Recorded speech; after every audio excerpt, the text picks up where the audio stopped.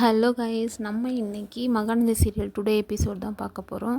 ஆக்சுவலாக இன்றைக்கி எபிசோடில் பார்த்திங்கன்னா ஃபஸ்ட்டு ஜாலியாக தான் போயிட்டுருக்கோம். விஜயும் காவேரியும் உட்காந்து சாங்ஸ் கேட்டுட்ருப்பாங்க. ஒஸ்திப்பட சாங்ஸ் கேட்கும்போது அந்த குழந்தை பேபி மூமெண்ட் இருக்குது அப்படின்ற மாதிரி பார்த்துட்ருப்பாங்க. விஜய் உடனே நான் லவ் சாங் வைக்கிறேன், லவ் சாங் வைப்பார். பட் ஆனால் குழந்தைக்கு மூமெண்ட்டு இருக்காது.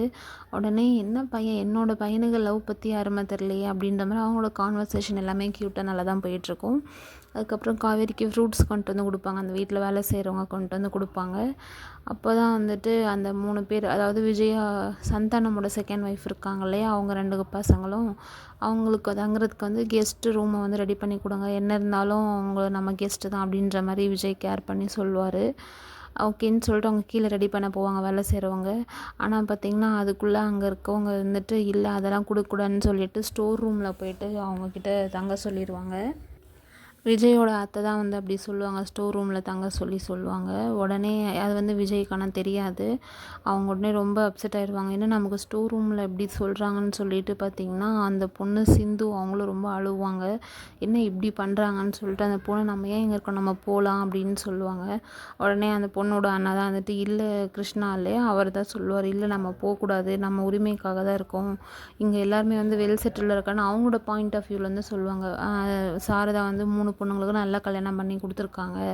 ஃபஸ்ட்டு பையன் வந்து ஃபாரினில் வேலை செய்கிறாங்க. இப்போ செகண்ட் பையன் வீடே பாருங்கள் இவ்வளோ பெருசு இருக்குது.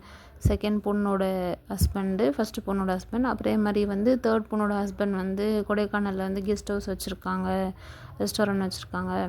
அதுக்கப்புறம் இன்னும் கடைசி பொண்ணை வந்து நல்லா ஹாஸ்டலில் தங்கி படிக்க வச்சுருக்காங்க, நல்ல ஒரு பெரிய ஸ்கூலில். ஸோ அவங்களுக்குலாம் நிறைய வேண்டளவை விட அதிகமாகவே சொத்து இருக்குது எல்லாருக்குமே. நமக்கு மட்டும்தான் அப்படி இருக்கும். நம்ம என்ன அவங்க சம்பாரிச்சதில் கேட்குறோமா, நம்ம அப்பா சம்பாரிச்சதில் பாதி கொடுங்க தானே கேட்குறோம். என்ன பண்ணுறது, நம்ம அப்பா வந்து வீடு இவங்களுக்கு எஸ்டேட் இவங்களுக்குன்னு பிரித்து எழுதி வச்சுட்டு போய் என்ன பிரச்சனையே இல்லைன்ற மாதிரி அவர் ஃபீல் பண்ணுவாங்க.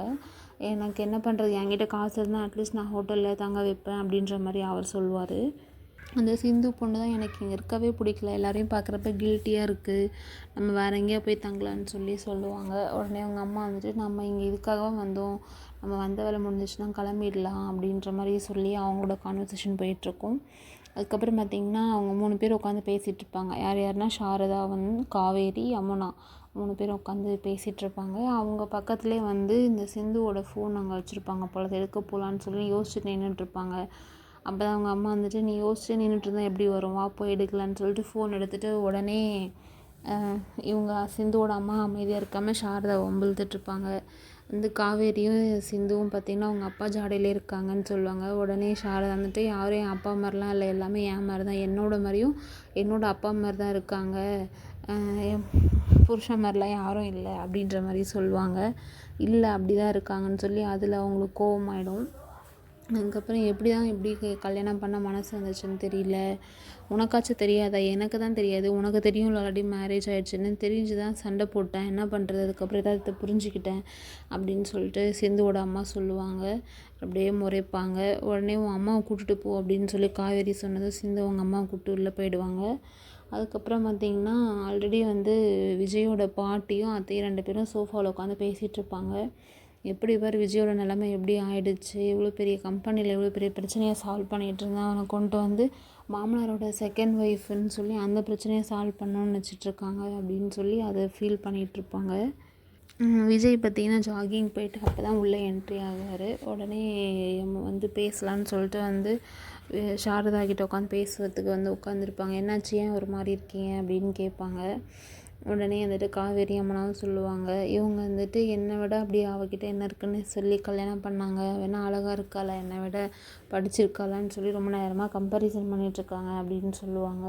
இதுதான் உங்களுக்கு பிரச்சனையா, அவர் உங்களை சீட் பண்ணிட்டாருன்னு தெரிஞ்சிச்சு அவ்வளோதான், அது என்னன்னு சொல்லி நீங்கள் தெரிஞ்சு நியாயப்படுத்தணும்னு நினைக்காதீங்க, அதை விட்டுடுங்க, அதுலேருந்து மூவ் ஆன் ஆகி வாங்க அப்படின்ற மாதிரி சொல்லி பேசிகிட்ருப்பாங்க. உடனே விஜயோட பாட்டியும் அவங்க அத்தையும் அங்கே நின்று பேசிகிட்ருப்பாங்க இல்லையா, பார்த்தியா நம்ம எங்கே இருக்கோம், நம்மக்கிட்ட வராமல் நேராக அங்கே போகிறான், எப்படி வந்து என் பேரனை வளைச்சி போட்டிருக்காங்க அப்படின்ற மாதிரி பேசிகிட்ருப்பாங்க.